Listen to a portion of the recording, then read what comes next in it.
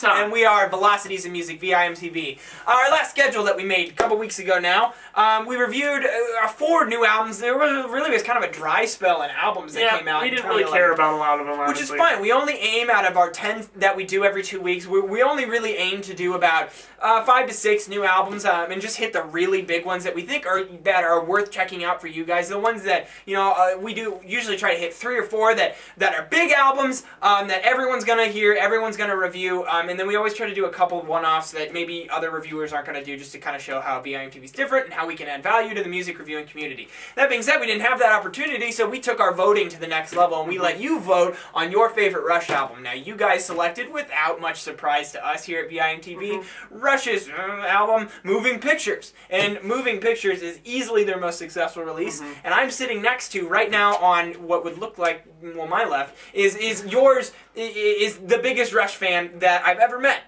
Ever. I'm a Tom, pretty big Rush fan. Just hit him with it. Well, a little story first. I actually, I've grown up with a lot of music. If you've watched this show at all, you know what some of my favorite bands growing up were. This is actually not a band that I grew up with. Right. I didn't really get exposed to Rush until about 5.5 years ago or so, when I was a junior in high school. And all that happened was I heard Tom Sawyer on the radio for the first time. How I managed to avoid that song the first 16 years of my life, I don't know. That's kind of like the same probability as winning the lottery. Yeah, exactly. I was the lottery winner of not listening to Rush, and it was terrible. Those were dark days. So when I finally heard Tom Sawyer on the radio driving home from school in a blizzard one day, I'll never forget it, I just thought, it is now my goal to own everything that this band has done, and it has taken a long time, but I have done it, and I love this band. They've got like 19 studio albums, and they're all good to different degrees. Yes, I do. I didn't know that. It took a lot of searching, but I love this band. I just feel like, while I think the 2 closest comparisons of other artists, I would say, are maybe King Crimson and Yes, which are 3 fantastic bands, all of them. Rush has always been one that's even more than the other ones, all about time signature changes. Exactly. And they're just a trio. I mean, whereas King Crimson, had changing lineups all the time, and Yes had changing lineups all the time, adding lots of different instrumentals. These guys had a different drummer for like their first album or 2, but it's been, Neil Peart, Alex Lifeson, Geddy Lee, just the 3 of them. And I mean, what Geddy Lee can do on his bass is incredible. What he can do vocally is incredible. And the fact that he somehow does them both at the same time is otherworldly. It is beyond description. He's a god. And I had the pleasure last summer, the privilege of seeing Rush live, and they played this album straight through without stopping. Just seamless, Tom Sawyer to Vital Signs, beginning to end. And it was like a religious experience. And because, they played it perfectly. They've been playing this album for, nearly 30 years now. And it came out in 81? Yeah. And I feel like this was, right in Rush's golden age. In that kind of mid to late 70s era, they had Hemispheres and Farewell to Kings, which was very prog, a lot different than their early kind of classic rock sound. This is when they were moving into some synth stuff, but they still knew how to haul ass with their guitars, bass, and drums. So, I mean, these 3 were just meant to make music together. And this is a long rant, and I apologize. No, you're fine. I'll move on to the actual sounds of things. The reason I think this is a great album, and obviously over the last 30 years, more has been said about this album than I can say in 10 minutes or less. But the thing that's great about this album is that it flows, and yet every song, even though there's only 7 of them, accomplishes something unique and accomplishes it in the best way possible.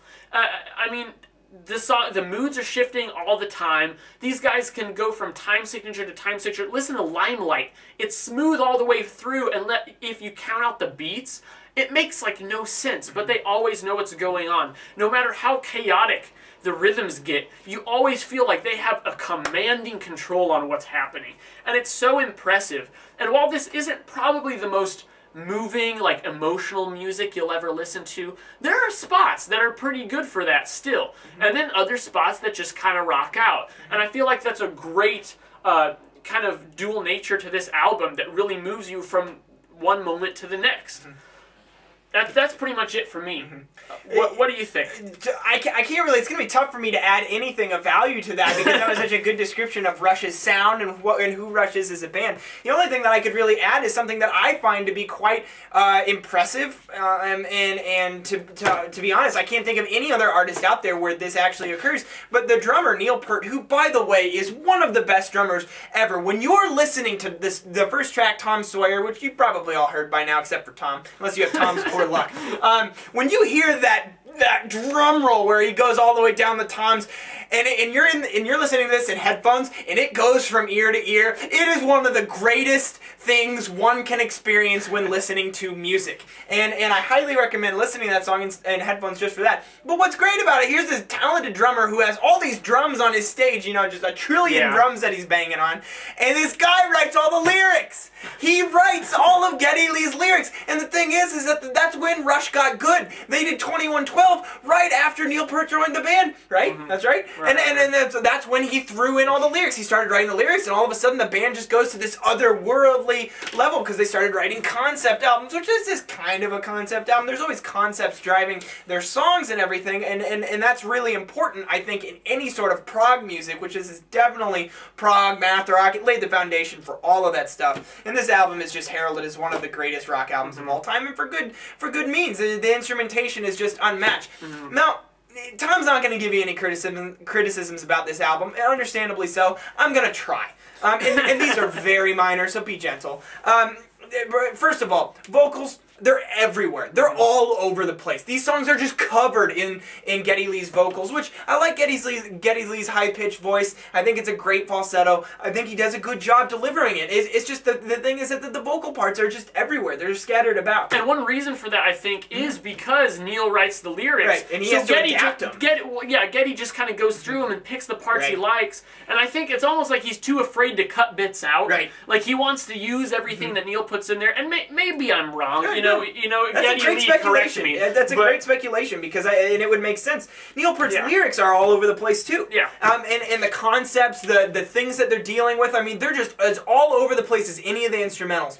And just spastic, just random bouts and changes, and I love it. I really like that attitude and intensity. I think it brings something to the music.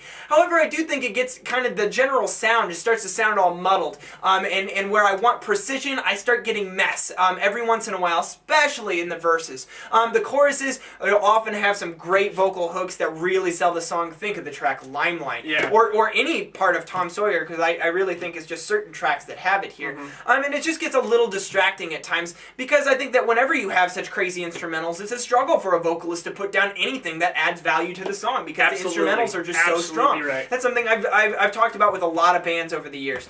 And I think that's here. And I think part of it is just being an experienced songwriter, not me particularly, but just bands out there. I think that the good songwriters know when you pull something back and let something have the limelight. And I think that Rush would have done just a little bit better to do that. And in all honesty, that's the most minor criticism I could come up with to argue against me giving this 100 along with you. I'm going to give this a 93. I'm going to give it a 100. You pretty much have to. Yeah. You kind of grew up on this album. Yeah. What do you guys think? What's your favorite Rush album? Now, I know the majority of you voted for Moving Pictures, but a lot of you voted for Permanent Waves or Signals. Was that the other one on the list? Yeah. So what is your favorite Rush album? I'm really interested to hear. I know this guy really wants to talk to you about it. Leave us a comment. www.velocitiesandmusic.com or youtube.com/velocitiesandmusic. Follow us on Twitter. Like us on Facebook. That's where you'll see the links for us. So when we give to you to vote on albums, so you have an influence over us and what we're reviewing. That's what VIMTV is all about. I'm Jake. I'm Tom. And we are VIMTV, Moving Music Critique Forward.